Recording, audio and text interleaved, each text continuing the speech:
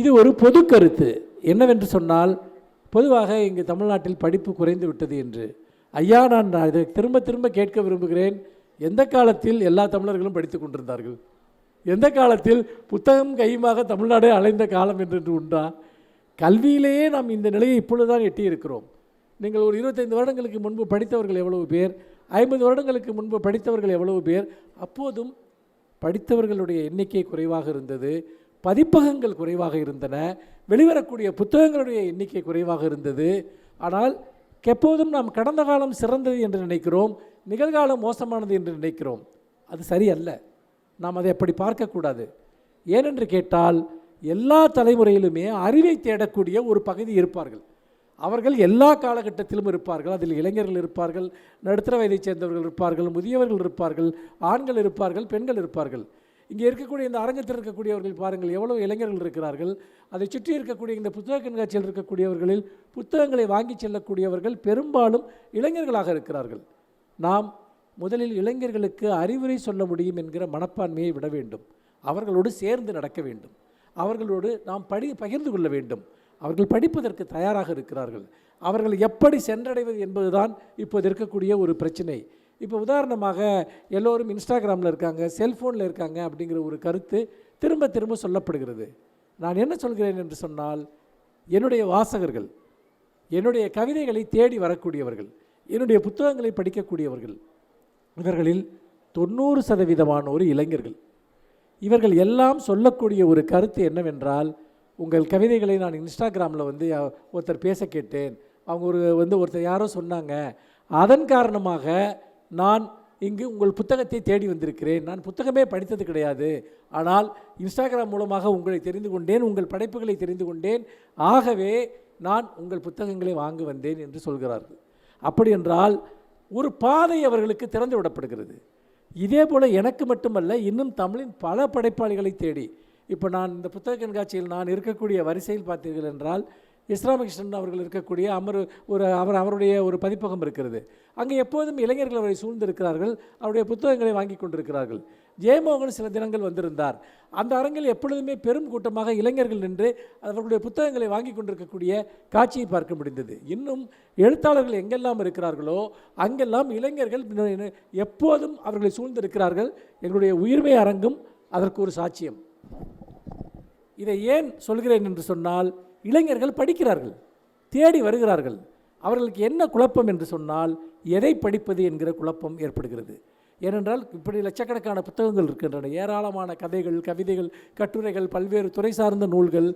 அப்போ ஒரு இளைஞர்கள் என்னிடம் கேட்கிறார்கள், ஐயா, நான் ஒரு 25 வயதில் ஒரு இளைஞன் அல்லது ஒரு பெண் என்னிடம் கேட்கிறார், நான் இது வரைக்கும் புத்தகமே படித்தது கிடையாது, முதலாக புக்கு படிக்க போகிறேன், எங்கேருந்து புத்தகம் படிக்கிறது, எங்கேருந்து ஸ்டார்ட் பண்ணுறது அப்படின்னு கேட்குறாங்க. இந்த கேள்வி ஒரு விதத்தில் படிப்பதற்கு வந்திருக்கிறார்களே என்கிற மகிழ்ச்சியை எனக்கு கொடுக்கிறது.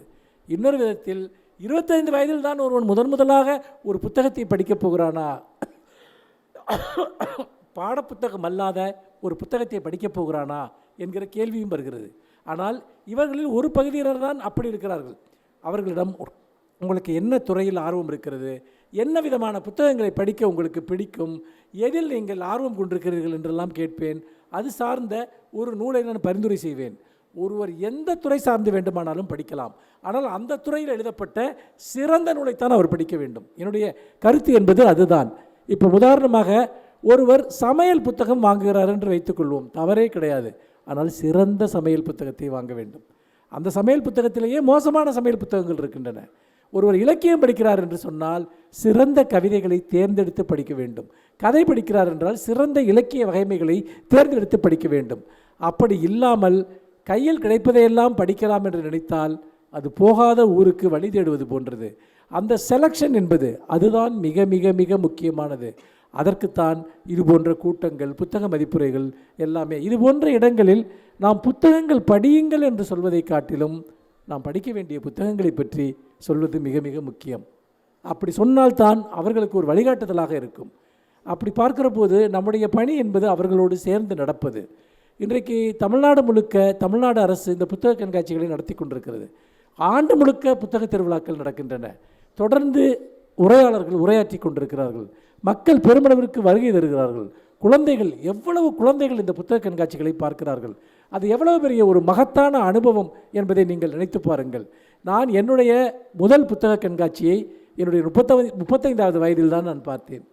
ஆனால் இன்றைக்கு சின்ன குழந்தைகள் கூட இப்படிப்பட்ட ஒரு புத்தகங்களினுடைய ஒரு பிரம்மாண்டமான உலகம் இருப்பதை பார்க்கிறார்கள். அவர்கள் மனதில் இந்த பொருள் என்பது, இந்த பண்டம் என்பது இதுவரைக்கும் இந்த உலகத்தில் இருந்திருக்கிறது என்பது அவர்களுக்கு தெரியாது.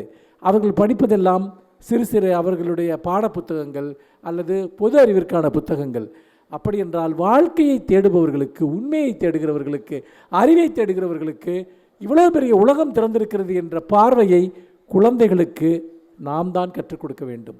அப்படி கற்றுக் கொடுப்பதற்கு நீங்கள் ஒன்றுமே செய்ய வேண்டாம். இந்த புத்தக கண்காட்சியில் இந்த உலகத்தை காட்டினால் போதும். இந்த புத்தக கண்காட்சியை பார்க்கிற அனுபவத்தை அவர்களுக்கு கொடுத்தால் போதும். அவர்கள் தானாக படிப்பார்கள். என்னுடைய தந்தை எனக்கு புத்தகங்களை 7 வயதில் காட்டி தந்தார். நான் 15 வயதில் என்னுடைய முதல் கவிதை தொகுப்பை வெளியிட்டேன். பெரிய இடைவெளி என்றெல்லாம் ஒன்றுமே கிடையாது. உங்கள் குழந்தைகளை நீங்கள் 7 வயதிலோ 6 வயதிலோ புத்தகங்களை காட்டி தந்தால் அவர்கள் ஒரு கலைஞர்கள் ஆவார்கள், எழுத்தாளர்கள் ஆவார்கள், சிந்தனையாளர் ஆவார்கள், அல்லது குறைந்தபட்சம் சிறந்த மனிதர்களாகவாவது அவர்கள் ஆவார்கள். அப்படி பார்க்கிற போது புத்தகங்கள் எல்லா இடங்களிலும் இருக்கின்றன. அறிவு எல்லா இடங்களிலும் இருக்கிறது. அதன் வெவ்வேறு வடிவத்தை எல்லோருமே பார்க்கத்தான் செய்கிறார்கள். நம்ம கொடுக்க வேண்டியதெல்லாம் நீங்கள் பார்ப்பதை நோக்கி இன்னும் சற்று வேகமாக செல்லுங்கள் என்கிற ஒரு சிறு உந்துதலைத்தான் நாம் அவர்களுக்கு அளிக்க வேண்டும் என்று நான் நினைக்கிறேன். அப்படி பார்க்கிற போது இது போன்ற புத்தக கண்காட்சிகளில் நாம் கேட்கிற உரைகள் என்பது நாம் இங்கே உள்ளே சென்று எதை படிக்க வேண்டும் என்கிற ஒரு உத்வேகத்தை நமக்கு கொடுப்பதாக அமைய வேண்டுமே ஒழிய பொத்தாம்பொதுவாக படியுங்கள் என்று சொல்வதில் நான் பயனில்லை என்று நான் நினைக்கிறேன். இதில் இன்னொரு முக்கியமான விஷயம், இப்பொழுது எனக்கு ஒரு நினைவு பரிசாக ஒரு புத்தகம் கொடுத்தார்கள். அதாவது பராசக்திக்கு தடை என்கிற அந்த புத்தகம். இது கடற்கரை மந்தவிலாசம் எழுதிய இந்த நூல். இந்த நூலை பற்றி நீங்கள் கேள்விப்பட்டிருப்பீர்கள். சமீபத்தில் பராசக்திக்கு தடை என்கிற அந்த நூல் மட்டுமல்ல, பராசக்தி இந்த படமும் இப்பொழுது வெளிவந்திருக்கிறது. அப்படி என்றால் பராசக்திக்கு ஏன் தடை விதித்தார்கள்? பராசக்தி படத்தை ஏன் எதிர்த்தார்கள்? அது ஏன் இன்றைக்கு ஒரு புத்தகமாக, ஆவணமாக அது தொடர்பான ஒரு ஆவணம் வெளியிடப்படுகிறது? நாம் இந்த வரலாற்றை நாம் தெரிந்து கொள்ள வேண்டும். இது கடந்த கால வரலாறு மட்டுமல்ல, நிகழ்கால வரலாறும் கூட. பராசக்திக்கு தடை விதிக்கிற போது பராசக்திக்கு தடை விதிக்க வேண்டும் என்று பல பிரபலமான மனிதர்கள் எல்லாம் எழுதுகிறார்கள். ராஜாஜிக்கு கடிதம் எழுதுகிறார்கள். இன்னும் சொல்லப்போனால் இன்னும் பல பத்திரிகைகள் அதை பற்றி கண்டனங்களை எழுதுகிறார்கள். ஒரு திரைப்படத்தை ஏன் இன்றைக்கு ஒட்டுமொத்தமாக இவ்வளவு பேர் சேர்ந்து எதிர்த்தார்கள்? அதற்கு ஒரே ஒரு காரணம்தான் இருக்கிறது. அது அதுவரைக்கும் சொல்லப்பட்ட அனைத்தையும் அந்த படம் மீறியது என்பதுதான். எழுத்து என்பது மீறல், கலை என்பது மீறல். அப்படி பார்க்கிற போது அன்றைக்கு பராசக்தி படம் நீதியை பற்றி கேள்வி கேட்கிறது, சமூக ஏற்றத்தாழ்வுகளை பற்றி கேள்வி கேட்கிறது. இன்னும் சொல்லப்போனால் பராசக்தி படத்தில் பேசப்பட்ட தமிழ், அதைத்தான் நாம் முக்கியமாக கவனிக்க வேண்டும். பராசக்தி போன்ற படங்கள் வருவதற்கு முன்பு நம்முடைய குடும்ப கதைகளும் புராண படங்களும், ஏன் சில தேசபக்தி படங்கள் கூட வந்தன. அவையெல்லாம் என்ன மொழியில் பேசிக்கொண்டிருந்தன என்று நீங்கள் பார்க்க வேண்டும். நாதா கதாநாயகி கணவனை அழைக்கிற அந்த குரலை நீங்கள் கேட்கலாம். பிராணநாதா என்று கூட அழைப்பார்கள். ஆனால் பராசக்தி வந்தபோது ஒரு அதிர்ச்சியை பலருக்கும் ஏற்படுத்தியது. என்ன சினிமாவில் இப்படி பேசுகிறார்கள், அடுக்குமொழி வசனம் பேசுகிறார்கள், பக்கம் பக்கமாக பேசுகிறார்கள், இப்படியெல்லாம் பேசுவார்களா என்று கேட்டவர்கள் ஒரு புறம். அவர்கள் எல்லாம் தூய கலைவாதிகளாக இருந்தார்கள். அவர்கள் பராசக்தியை கிண்டல் செய்தார்கள். சிவாஜி கணேசனுடைய நடிப்பை கிண்டல் செய்தார்கள். இதெல்லாம் சினிமாவே இல்லை, நாடகத்தை ஷூட் பண்ணி அவங்க படமாக போடுறாங்க அப்படின்லாம் கேலி செய்தார்கள். அவர்கள் பராசக்தியை புரிந்து கொள்ளவில்லை. ஆனால் காலம் பராசக்தியை புரிந்து கொண்டது. தமிழர்கள் பராசக்தியை புரிந்து கொண்டார்கள். எப்படி என்றால் அது தமிழர்கள் எழுப்பிய நீதியின் குரல், அது தமிழர்கள் எழுப்பிய உரிமை குரல் என்பதை புரிந்து கொண்டார்கள். நீதி குரல் எப்பொழுதுமே உரத்தைத்தான் பேசும். அநீதிக்கு எதிரான குரல் எப்பொழுதுமே உரத்த குரலில் தான் பேசும். அப்படி பார்க்கிற போது பராசக்தி என்பது தமிழ்நாட்டில் மட்டுமல்ல, ஒட்டுமொத்த இந்திய சினிமாவின் மீதே ஒரு மிகப்பெரிய தாக்கத்தை ஏற்படுத்துகிறது. கலைஞர் அவர்களுடைய ஒவ்வொரு வசனமும் அனைவரையும் அதிர வைத்தது. பட்டி தொட்டிகளிலெல்லாம் அந்த வசனங்களை மனப்பாடம் செய்து பேசுகிறார்கள். ஏனென்று கேட்டால் அது சிவாஜி கணேசனுடைய குரலாக மட்டுமல்ல, கலைஞருடைய வசனமாக மட்டுமல்ல, அது ஒரு கடைக்கோடி தமிழனுடைய, ஒரு கடைக்கோடி மனிதனுடைய குரலாகவும் பராசக்தியினுடைய வசனங்கள் வெளிப்பட்டன. அப்படி பார்க்கிற போது இந்த பராசக்தி ஏற்படுத்திய அந்த நெருப்பு இன்றைக்கு பாருங்கள், அண்ணாவினுடைய உரை தீ பரவட்டும் என்கிற உரை இன்றைக்கு பல நூறு பிரதிகள் தொடர்ந்து விற்பனையாகி கொண்டிருக்கிறது. அன்றைக்கு இந்தி எதிர்ப்பு போராட்டம் குறித்து அண்ணா எழுதிய அந்த சிறு நூல் தீ பரவட்டும் என்பது இன்றைக்கு எவ்வளவு ஆண்டுகளை கழித்து அந்த நூல் இங்கே இந்த புத்தக கண்காட்சியில் இவ்வளவு பிரதிகள் விற்று கொண்டிருக்கின்றன என்று சொன்னால், நமக்கென்று ஒரு அரசியல் இருக்கிறது, நமக்கென்று ஒரு ஒரு உரிமை போராட்டம் இருக்கிறது. பராசக்தியிலிருந்து தொடங்கி தீ பரவட்டம் என்கிற முழக்கங்கள் என்கிற சிறு பிரசுரம் வரைக்கும் எவ்வளவு ஆண்டுகள், கிட்டத்தட்ட 62 63 ஆண்டுகளை கடந்து இந்த புத்தக கண்காட்சியில் அண்ணா பேசி கொண்டிருக்கிறார், கலைஞர் பேசி கொண்டிருக்கிறார், சிவாஜி கணேசன் பேசி கொண்டிருக்கிறார் என்று சொன்னால், தமிழ்நாட்டினுடைய அரசியல் என்பது என்ன, தமிழர்களுடைய உணர்வு என்ன என்பதை நாம் புரிந்து கொள்ள வேண்டும். பராசக்தி என்றைக்கும் தமிழ்நாட்டினுடைய ஒழித்து கொண்டிருக்கும். அதாவது அண்ணா சொன்னது போல, எங்களை பற்றிய அச்சம் இருக்கிற வரைக்கும் அண்ணாதான் இந்த நாட்டை ஆளுகிறான் என்று அண்ணாவே சொன்னார். அந்த அச்சத்தை இன்றைக்கும் இந்த இயக்கம், திராவிட இயக்கம் தொடர்ந்து உருவாக்கி கொண்டிருக்கிறது. நம்மை ஒடுக்க நினைப்பவர்கள், நம்மை வெல்ல நினைப்பவர்கள், அல்லது நம்மை ஏதோ ஒரு விதத்தில் ஒரு கரைப்படுத்தி விடலாம் என்று நினைக்கக்கூடியவர்கள், அவர்கள் அனைவருக்குமான பதிலை இன்றைக்கும் கூட இந்த வரலாற்று தொடர்ச்சி நமக்கு காட்டிக் கொண்டிருக்கிறது என்பதை நான் இங்கே சுட்டிக்காட்ட விரும்புகிறேன். நண்பர்களே, இந்த புத்தகத்தை என் கையில் கொடுத்ததும் பல்வேறு விதமான உணர்வலைகள் என் நெஞ்சில் நிரம்ப ஆரம்பித்து விட்டன. எவ்வளோ பெரிய வரலாற்று தொடர்ச்சியினுடைய ஒரு இடமாக இன்றைக்கு இந்த இடம் இருக்கிறது என்பதை நான் நிகழ்ச்சியுடன் நினைத்து பார்க்கிறேன். இன்னொன்றை நாம் இங்கே முக்கியமாக குறிப்பிட வேண்டும். இந்த தலைப்பு, எனக்கு தரப்பட்டிருக்கக்கூடிய இந்த தலைப்பு என்பது தமிழில் பாடி அல்லல் தீர்க்க என்கிற ஒரு வரி. இந்த வரியை நான் எங்கிருந்து எடுத்திருக்கிறேன் என்று உங்களுக்கு யாருக்காவது தெரியுமா? யாருக்காவது தெரியுமா? இந்த பாட்டினுடைய முதல் அடி யாருக்காவது தெரியுமா? சும்மா கை தூக்குனா போகுது, சொல்லணும்னு நீங்கள் சொன்னாலும் கேட்காதீங்க. புரட்சி கவிஞர் அதனுடைய முதல் அடி என்ன? துன்பம் நேர்கையில் யாழெடுத்து நீ இன்பம் சேர்க்க மாட்டாயா. இது அதனுடைய துவக்கம். ஆனால் அதற்கு அடுத்த வரி, இதுதான் புத்தக வாசிப்புக்கும் நமக்குமான தொடர்பை பற்றி, அல்லது தமிழை படிப்பதன் மூலமாக தமிழினுடைய உயர்ந்த இலக்கிய செல்வங்களை நாம் அறிவதன் மூலமாக நமக்கு கிடைக்கக்கூடிய பயன் என்ன என்பதை குறிக்கக்கூடிய வரி அது. துன்பம் நேர்கையில் யாழெடுத்து நீ இன்பம் சேர்க்க மாட்டாயா. இது ஒரு பொதுவான ஒரு துவக்கம். ஆனால் அடுத்த வரி, அன்பிலா நெஞ்சில் தமிழில் பாடி அல்லல் தீர்க்க மாட்டாயா. நீங்கள் நினைக்கலாம், தமிழில் பாடினா என்ன அல்லல் தீர்ந்துருமா? கட்ட வேண்டிய இஎம்ஐ கட்ட தேவையில்லையா? வீட்டில் இருக்க பிரச்சனை தீர்ந்துருமா? கடன் தொல்லை தீர்ந்துருமா? நீங்கள் கேட்கலாம். நம்மளோட உடலில் இருக்கக்கூடிய உபாதைகள் தீர்ந்துருமா? எப்படி தமிழில் பாடினா அல்லல் தீரும் என்று கூட ஒருவர் கேட்கலாம். ஆனால் என்னுடைய வாழ்க்கையில் இருந்த எல்லா அல்லல்களையும் எல்லா துயரங்களையும் எப்போதும் தீர்த்தது தமிழ்தான் என்பதை இந்த இடத்தில் நான் கூற விரும்புகிறேன். தமிழில் நான் படித்த இலக்கியங்கள், தமிழில் நான் படித்த கதைகள், தமிழில் நான் படித்த கவிதைகள், தமிழில் நான் படித்த கட்டுரைகள், அவை எனக்கு இந்த வாழ்க்கையினுடைய உண்மைகளை எடுத்து காட்டின. நான் எப்போதுமே சொல்வேன், என்னுடைய கவிதைகளை படித்து விட்டு வரக்கூடியவர்கள் எல்லாம் ஒரு கேள்வியை திரும்ப திரும்ப கேட்பார்கள். எப்படி எங்கள் வாழ்க்கையில் நடக்கிறதெல்லாம் உங்களுக்கு தெரியுது, நீங்கள் எப்படி அதை அப்படியே எழுதுறீங்க அப்படின்னு கேட்பாங்க. நான் சொல்லுவேன், எல்லார் வாழ்க்கையிலும் ஒன்றுதான் நடக்கிறது என்பதைத்தான் இலக்கியம் நமக்கு காட்டி தருகிறது என்று. யாருக்கும் விசேஷமாக தனியாக எதுவும் நடப்பதில்லை. யாருக்கும் தனியாக எனக்கு மட்டும் ஏன் இப்படி நடக்குதுன்னு எதுவுமே நடப்பது கிடையாது. உலகம் முழுமைக்கும் பொதுமையான உண்மைகள், உலகம் முழுமைக்கும் பொதுமையான துயரங்கள், உலகம் முழுமைக்கும் பொதுமையான வழிகள். இந்த வழிகளைத்தான் இலக்கியம் தொடர்ந்து பேசுகிறது. அதனால்தான் தமிழில் பாடி அல்லல் தீர்க்க என்கிற போது நாம் துன்பத்தை பற்றிய ஒரு கவிதையை படிக்கிறோம், கதையை படிக்கிறோம் என்றால் அது துன்பத்தை கூட்டுவது கிடையாது. மாறாக அந்த துன்பத்தை ஆற்றுப்படுத்துகிறது, அந்த துன்பத்திலிருந்து நம்மை இதப்படுத்துகிறது, அந்த துன்பத்திலிருந்து நாம் வெளியே வருவதற்கான ஒரு வெளிச்சத்தை நமக்கு காட்டுகிறது. அதுதான் கதைகளும் கவிதைகளும் நமக்கு காட்டக்கூடிய வழிமுறைகள்.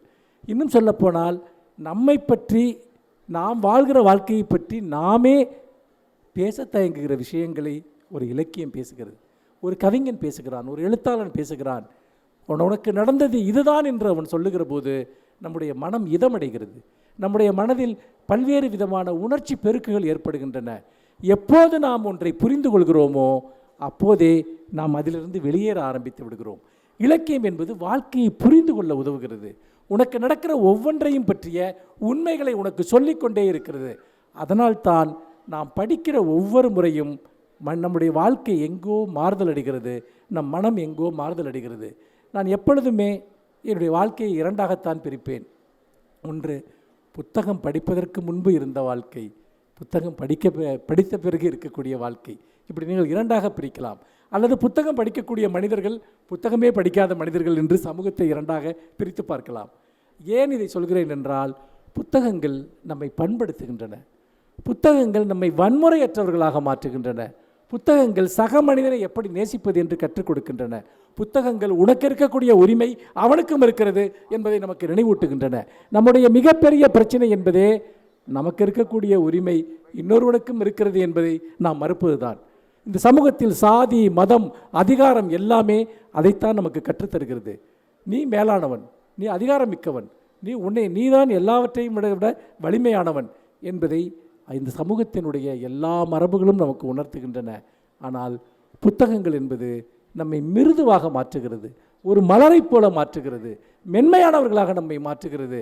இல்லை, உன்னைப்போல்தான் அவர்களும், அவர்களைப் போன்றுதான் நீயும் என்று சொல்கிற போது அங்கே ஒரு மனித உறவுகளில் ஒரு ஜனநாயகம் உருவாகிறது. அந்த ஜனநாயகம்தான் நம்முடைய மனித உறவுகளை மேலும் மேம்படுத்துகிறது. அப்படி பார்க்கிற போது புத்தகங்கள் படிப்பது என்பது ஒரு கடமை அல்ல, அது நம் வாழ்க்கையை மேம்படுத்தி கொள்கிற ஒரு வழிமுறை. நான் படித்த ஒவ்வொரு கதையும், கவிதையும், ஒவ்வொரு நாவலுமே நான் அறியாத உலகங்களை எனக்கு காட்டியிருக்கின்றன. நான் நூற்றுக்கணக்கான வாழ்க்கையை நான் வாழ்ந்திருக்கிறேன். ஒரு மனிதன் புத்தகம் படிக்காத போது அவனுடைய வாழ்க்கையை மட்டும்தான் அவன் வாழ்கிறான். ஆனால் புத்தகங்களை படிக்கிற போது எனக்கு தெரியாத மனிதர்களுடைய எண்ணற்ற வாழ்க்கையை நான் வாழ்கிறேன். அப்படி வாழ்கிற போது என்னுடைய லைஃப் ஸ்பேன், அதாவது நான் 100 வாழ்க்கையை வாழ்கிற போது என்னுடைய வயது என்பது 1000 வருடங்களாக மாறிவிடுகிறது. ஏனால் வாழ்க்கையை வாழ்வதுதான் அது ஒரு மனிதனுடைய வயது என்று எடுத்துக்கொண்டால், நீங்கள் இலக்கியத்தின் மூலமாக எண்ணற்ற மனிதர்களுடைய வாழ்க்கையை வாழ்வதன் மூலமாக உங்கள் வாழ்க்கையை நீங்கள் விரிவுபடுத்தி கொண்டே செல்கிறீர்கள். பாரதிதாசன் சொல்வானே, பாரடா பாரடா மனித பட்டாளம் என்கிற அதை கேட்கிற போது என் மனம் ததும்பும். இந்த மானுடத்தையே ஒரு மிகப்பெரிய மனித பட்டாளமாக காண்கிற அந்த மனநிலை, அது எவ்வளவு ஒரு அற்புதமான ஒரு மனநிலை என்பதை யோசித்து பாருங்கள். நம்முடைய இதயத்தில் அன்பு வற்றி இருக்கிறது. இந்த தலைப்பிற்கு நான் வருகிறது என்று சொன்னால், அன்பிலா நெஞ்சில், இந்த உலகத்தின் மிகப்பெரிய துயரம் என்ன? நமக்கு அன்பு இல்லை, நம்மை நேசிப்பவர்கள் இல்லை என்பதுதான் இந்த உலகத்தின் மிகப்பெரிய துயரம். அன்பிலா நெஞ்சில் தமிழில் பாடி அல்லல் தீர்க்க மாட்டாயா என்கிற போது எனக்கு மனிதர்களுடைய அன்பு இல்லை என்கிற குறை நீங்கி விடுகிறது. ஏனென்றால் இந்த உலகத்தின் மகத்தான ஆசிரியர்கள் என்னோடு பேசுகிறார்கள், என் வாழ்க்கையை பற்றி பேசுகிறார்கள், என்னுடைய உணர்வுகளை பற்றி பேசுகிறார்கள். இன்னும் சொல்லப்போனால் நானே மறைக்க விரும்புகிற என்னுடைய அந்தரங்கத்தை பற்றியெல்லாம் அவர்கள் பேசுகிறார்கள். அப்படி பேசுகிற போது நான் அவர்களோடு இணைந்து நடக்கிறேன், நான் அவர்களோடு வாழ்கிறேன். எனக்கு அருகில் ஒரு சிறந்த புத்தகம் என்னிடம் இருக்கிற போது எனக்கு மிக அருகில் யாரோ எனக்கு அந்தரங்கமாக வேண்டிய ஒருவர் இருப்பது போல இருக்கிறது.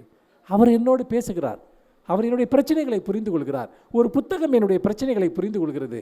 எனக்கு மிக மிக நெருக்கமானவர் கூட என்னுடைய வாழ்க்கையை புரிந்து கொள்வதில்லை, உங்களுடைய வாழ்க்கையை புரிந்து கொள்வதில்லை. நீங்கள் என்ன சொல்ல முயற்சி செய்தாலும் அது பலருக்கும் தவறாகத்தான் தெரிகிறது, அல்லது தவறாக புரிந்து கொள்ளப்படுகிறது, குறைவாக புரிந்து கொள்ளப்படுகிறது. ஆனால் ஒரு புத்தகம் உங்களை புரிந்து கொள்கிறது. நீங்கள் எவ்வளவுக்கு எவ்வளவு ஒரு நூலை புரிந்து கொள்கிறீர்களோ, ஒரு இலக்கியத்தை புரிந்து கொள்கிறீர்களோ, அதே அளவிற்கு ஒரு நூல் உங்களை புரிந்து கொள்கிறது, உங்களோடு பேசுகிறது, உரையாடுகிறது. இந்த உரையாடலின் வழியாகத்தான் நாம் மானுடத்தினுடைய மிக மகத்துவமான நிலையை நோக்கி நாம் அடைகிறோம். மாறாக நம்முடைய சமூக பழக்க வழக்கங்கள் என்பது நம்மை குறைகள் மிக்க மனிதர்களாக, நம்முடைய மனதை மிகவும் குறைவுபட்ட ஒன்றாக மாற்றியிருக்கிறது. அதற்கு எதிராக நாம் போராட வேண்டும் என்று சொன்னால் நாம் சிறந்த இலக்கியங்களை தேடி தேடி படிக்க வேண்டும், சிறந்த ஆசிரியர்களை தேடி தேடி படிக்க வேண்டும். நான் உண்மையில் புதுமைப்பித்தனுடைய ஒரு கதையை படிக்கிற போது, அல்லது ஜெயகாந்தனுடைய ஒரு கதையை படிக்கிற போது, அசோகமித்திரனுடைய கதைகளை படிக்கிற போது, அழகிரிசாமியினுடைய கதைகளை படிக்கிற போது என் மனம் விம்முகிறது, என் மனம் விரிவடைகிறது. என் மகத்தான ஆசிரியர்கள் இவர்கள் அல்லவா என்று தோன்றுகிறது. இப்படி எனக்கு நூற்றுக்கணக்கான ஆசிரியர்கள் என் மொழியில் இருக்கிறார்கள். இன்னொரு புறம் பார்த்தீர்கள் என்றால், கலாப்பிரியாமினுடைய கவிதைகளையோ, வண்ணதாசனுடைய கவிதைகளையோ, ஆத்மானாமினுடைய கவிதைகளை, சுகுமாரனுடைய கவிதைகளை, இன்னும் எண்ணற்ற என்னுடைய சமகால கவிஞர்கள் இசை, வெயில் போன்றவர்களுடைய கவிதைகளை எல்லாம் படிக்கிற போது எத்தனை வாழ்க்கையினுடைய ஒளிமிகுந்த தருணங்களை அவர்கள் இடைவிடாமல் எழுதி கொண்டிருக்கிறார்கள் என்கிற ஒரு மிகப்பெரிய ஒரு தத்தளிப்பு என்னுடைய மனதில் உருவாகிறது. அதேபோல் தான் நாவலாசிரியர்கள், மிகச்சிறந்த சமூக விழிப்புணர்வு கருத்துக்களை முன்வைக்கக்கூடிய சிந்தனையாளர்கள், ஆய்வாளர்கள், இவர்களுடைய நூல்கள், இது எல்லாமே இன்றைக்கு இந்த புத்தக கண்காட்சியில் பார்க்க முடிகிறது.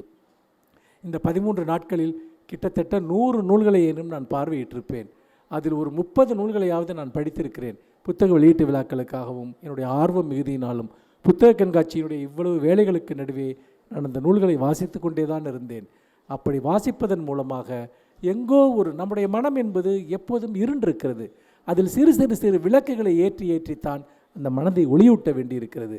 அப்படி ஒளியூட்டுகிற ஒரு மகத்தான அனுபவம் தான் இந்த புத்தக கண்காட்சி. அதாவது நான் நூலக ஆணைக்குழு தலைவராக வந்த பிறகு வாசிப்பு பழக்கத்தை மேம்படுத்துவதற்காக எண்ணற்ற முயற்சிகளை, இளைஞர்களிடம் வாசிப்பு பழக்கத்தை கொண்டு செல்வதற்காக நான் எத்தனையோ கருத்தரங்குகள், பயிலரங்குகள் கல்லூரிகளில் நடத்தியிருக்கிறோம். மாணவர்களுக்கு புத்தகங்களை அறிமுகப்படுத்தி இருக்கிறோம், கவிதைகள் வாசித்து காட்டியிருக்கிறோம், கதைகள் வாசித்து காட்டியிருக்கிறோம். அதிலிருந்தெல்லாம் மிகச்சிறந்த படைப்பாளிகளும் எழுத்தாளர்களும் உருவாகி வருவதை நான் பார்க்கிறேன். இந்த நேரத்தில் நான் புத்தகங்கள் தொடர்பாக எழுதிய கவிதைகள், புத்தக கண்காட்சியை பற்றியே நான் நிறைய கவிதைகள் எழுதியிருக்கிறேன். அதாவது புத்தக கண்காட்சியில் சந்தித்த மனிதர்கள், மறக்க முடியாத மனிதர்கள், என் வாழ்க்கையை பாதித்த மனிதர்கள். இங்கு வருபவர்கள் எல்லாம் வெறும் புத்தகம் வாங்க வருபவர்கள் மட்டுமல்ல, புத்தக கண்காட்சிக்கு வருகிற ஒவ்வொருவருமே மிக விசித்திரமான மன உலகங்களை கொண்டவர்கள். இன்னும் சொல்லப்போனால் வாழ்க்கையை பற்றிய பல்வேறு கேள்விகளை கொண்டிருக்கக்கூடியவர்கள். அந்த கேள்விகளுக்கு பதில் தேடித்தான் அவர்கள் இங்கு வருகிறார்கள். அதை சில சமயம் புத்தகங்களிடம் தேடுகிறார்கள், சில சமயம் என்னை போன்ற எழுத்தாளர்களை சந்தித்து அந்த பதிலை தேடுகிறார்கள். இந்த தேடல் மிக்க மனிதர்கள் மட்டும்தான் இந்த அரங்கிலும் அமர்ந்திருக்கிறீர்கள், இந்த கண்காட்சிக்குள்ளும் நீங்கள் புத்தகங்களை தேடி சென்று கொண்டிருக்கிறீர்கள் என்பதை நான் பார்க்கிறேன். அப்படித்தான் நூலகங்களுக்கும் வரக்கூடியவர்கள். அப்படி இருக்கிற போது நூலகங்கள் என்பது அது வெறும் புத்தகங்களை சேமித்து வைக்கிற இடமல்ல, அது ஒரு கலாச்சார மையமாக மாற்றப்பட வேண்டும் என்று இன்றைக்கு நான் எண்ணற்ற முயற்சிகளை எடுத்திருக்கிறேன். அதற்கான பலன்களையும் நேரடியாக பார்த்திருக்கிறேன். அப்போது ஒரு வித்தியாசமான இந்த வாசகர்களை பற்றியெல்லாம், அவர்கள் எனக்கு ஏற்படுத்திய ஒரு உணர்வுகளை பற்றியெல்லாம் நான் நிறைய கவிதைகளை என்னுடைய தொகுப்புகளில் எழுதியிருக்கிறேன். அதிலே இப்போ சமீபத்தில் வந்த ஹாலோவின் தினத்தில் நூலகத்தில் ஒரு பேய் என்கிற ஒரு கவிதையை எழுதினேன். நூலகத்தில் ஒரு பேயை பார்த்ததாக இந்த கவிஞன் எழுதுகிறான். இது என்னுடைய புத்தகத்தில் நான் அதை எழுதுகிறேன். உண்மையில் பழைய நூலகங்களை பார்க்கிற போது நீங்கள் எல்லாம் எந்த அளவுக்கு சென்றிருக்கிறீர்கள் என்று தெரியவில்லை, ஒரு வினோதமான உணர்வு உங்களுக்கு ஏற்படும். அந்த ஆசிரியர்கள் எல்லாம் நம்மை பார்த்து கொண்டிருப்பது போன்று தோன்றும். 100 ஆண்டுகளுக்கு முன்பு மறைந்தவர்கள், இன்னும் சொல்லப்போனால் ஏதேதோ நாட்டைச் சேர்ந்தவர்கள், அவர்களுடைய மனங்கள் அங்கு உறைந்திருக்கின்றன. பல்வேறு விதமான மகத்தான ஆளுமைகளுடைய இதயங்கள் அந்த நூலகங்களில் உறைந்திருக்கின்றன. நாம் அவற்றை தொட்டு பார்க்கிற போது நமக்குள் ஒரு மிகப்பெரிய ஒரு சில்லிட்ட உணர்வு ஏற்படுகிறது. நான் என்னுடைய சிறு வயதிலிருந்து நூலகங்களுக்கு செல்லும் போதெல்லாம் யாரோ என்னை பார்த்து கொண்டிருப்பது போன்ற ஒரு உணர்வு எனக்கு ஏற்படும். சட்டென அப்படி திரும்பி பார்ப்பேன். அங்கே யாரோ ஒரு ஆசிரியர் உட்கார்ந்திருக்கிறான், அங்கே ஒரு ஷேக்ஸ்பியர் உட்கார்ந்திருக்கிறான், அங்கே ஒரு ஷெல்லி உட்கார்ந்திருக்கிறான், அங்கே பாரதி அமர்ந்திருக்கிறார், அங்கே பாரதிதாசன் இருக்கிறார் என்றெல்லாம் நான் வினோத உணர்வை அடைந்திருக்கிறேன்.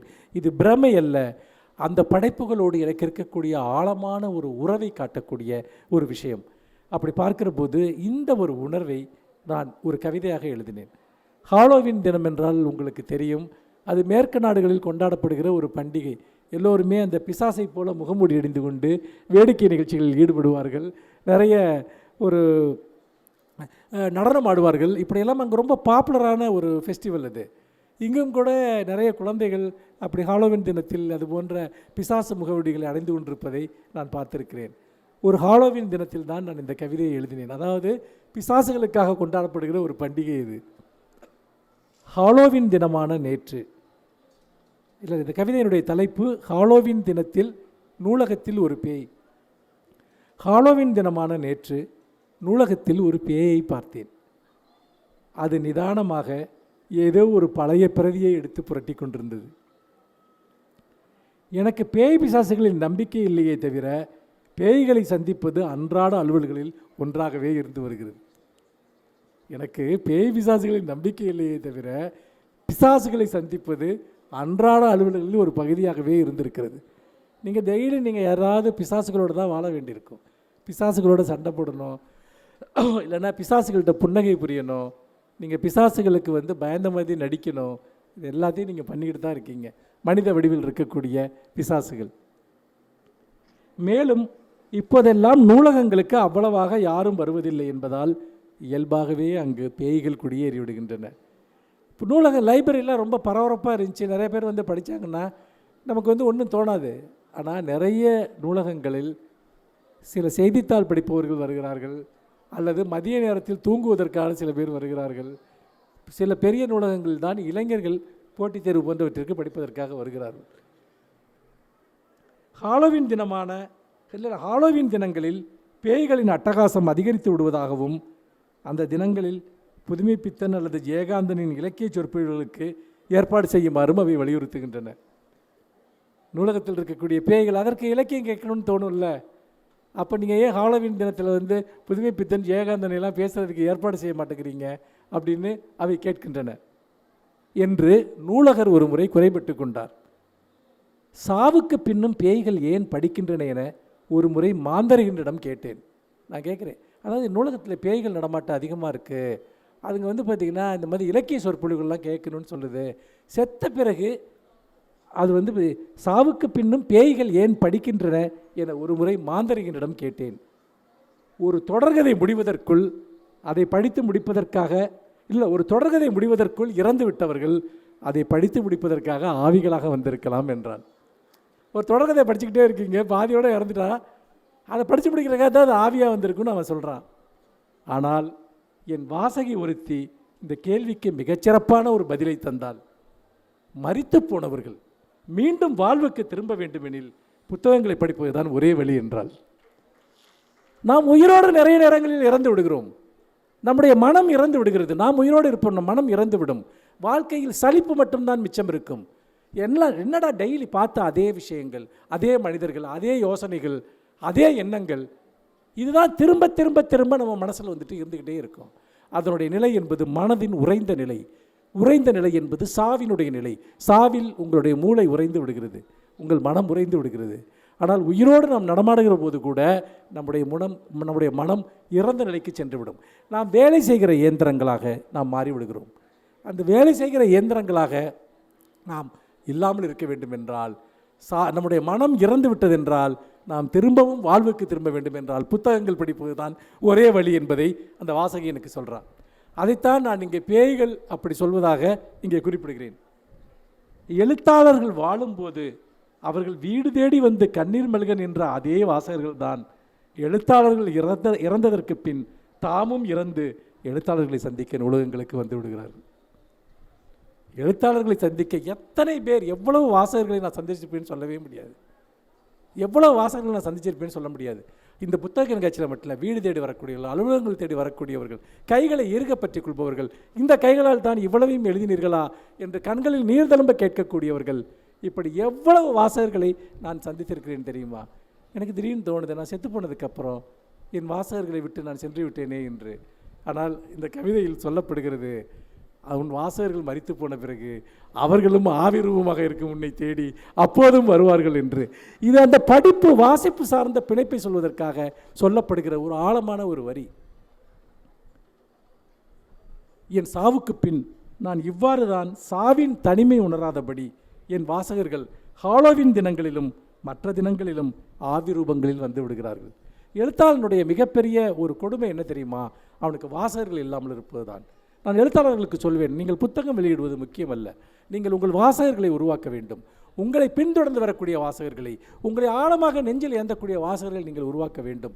நீங்கள் உங்களுக்கு தெரிந்ததையெல்லாம் எழுதுவது எழுத்து அல்ல, மாறாக உங்களுக்கு மனிதர்களை பற்றி என்ன தெரியும், மனித மனங்களை பற்றி என்ன தெரியும், அப்படி எழுதுகிற போது தான் அவர்கள் உன்னை பின்தொடர்ந்து வருவார்கள். ஆனால் ஒரு எழுத்தாளன் என்பவன் அவனுக்கு வாசகர்களே இல்லை என்றால் அவன் உயிரோடு இறந்து விடுகிறான் என்று பொருள். அப்பொழுது அவன் மிகுந்த தனிமை அடைகிறான். ஆனால் நான் சாவுக்கு பின்பும் நான் தனிமை அடைய மாட்டேன் என்று சொல்கிறேன். ஏனென்று கேட்டால், ஹாலோவின் தினங்களிலும் மற்ற தினங்களிலும் என் வாசகர்கள் ஆவி ரூபங்களில் என்னை தேடி வருவார்கள் என்று. அது கவிதையில் ஒன்று வருது, பார்வையற்ற பிசாசுகள் பிரெய்லி புத்தகங்கள் இல்லாமல் மிகவும் ஏமாற்றம் அடைகின்றன. பார்வையற்ற பிசாசுகள் என்ன செய்யும்? பிரெய்லில் புத்தகம் வேணும்னு கேட்கும். குழந்தை பிசாசுகள் அவற்றிற்கு கவிதைகள் வாசித்து காட்டுகின்றன. நூலகத்தில் தூசு படிந்த பிரதி ஒன்றின் பக்கத்தில் ஒரு பேனா தானே நகர்ந்து யாருக்கோ ஆட்டோகிராஃப் போட்டு கொண்டிருக்கிறது. இதெல்லாமே ஒரு மாய யதார்த்த காட்சிகள். தூசுபடிந்த நூலகத்தில் ஒரு பேனா தானே நகர்ந்து வாசகர்களுக்கு ஆட்டோகிராஃப் போட்டு கொண்டிருக்கிறது.